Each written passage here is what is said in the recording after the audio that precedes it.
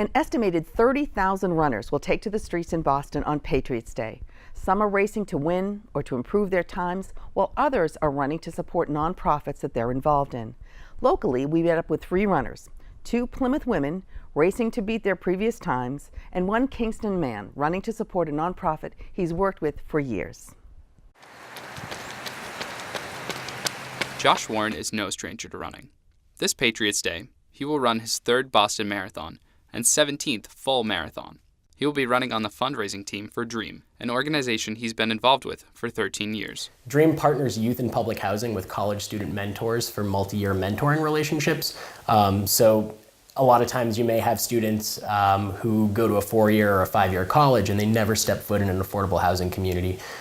Similarly, you might have children who are growing up a stone's throw from a college, but they never step foot on that college campus. So one of the great things that DREAM does is it brings both of those communities together, and they build support systems. So kids can join the program as young as 5 years old, and they may have a number of mentors, but by the time they graduate college, it's not something that's big and scary and a million miles away. It's fun, it's safe, and it's in their backyard. I always like to think of running a marathon as eating a sundae. You have to start at the top and work your way down.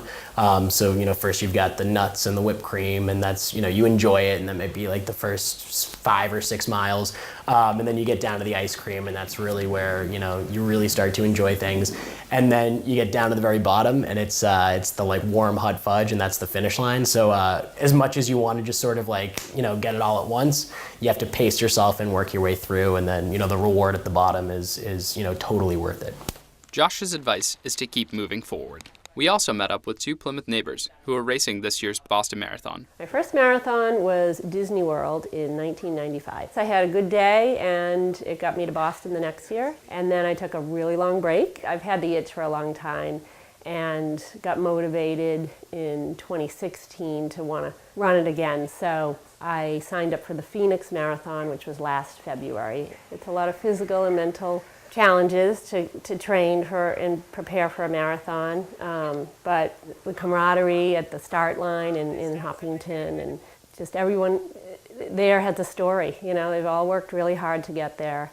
To take that left turn onto Boylston and just see the crowds there is pretty amazing, and so that's what keeps you going and wants you to get to the finish line. My spouse and my children have been really supportive and motivating. My siblings, my parents are all cheering me on. They'll all be there at the finish line watching me. I was on the fence whether I wanted to race Boston or not, because I just did the Philadelphia Marathon in November, so I felt like I needed more of a break, because before Philly I did one in February, so it was just a lot.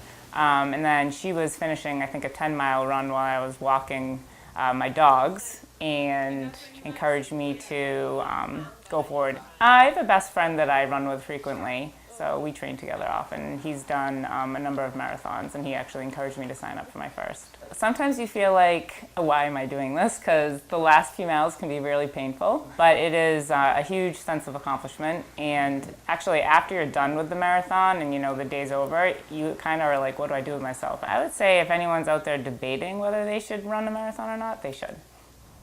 I'm not running a marathon, but I am running a 5K next week. So I think I'll take their advice and head out on a run. Reporting here in Kingston for PCN, I'm Walter Cicchetti.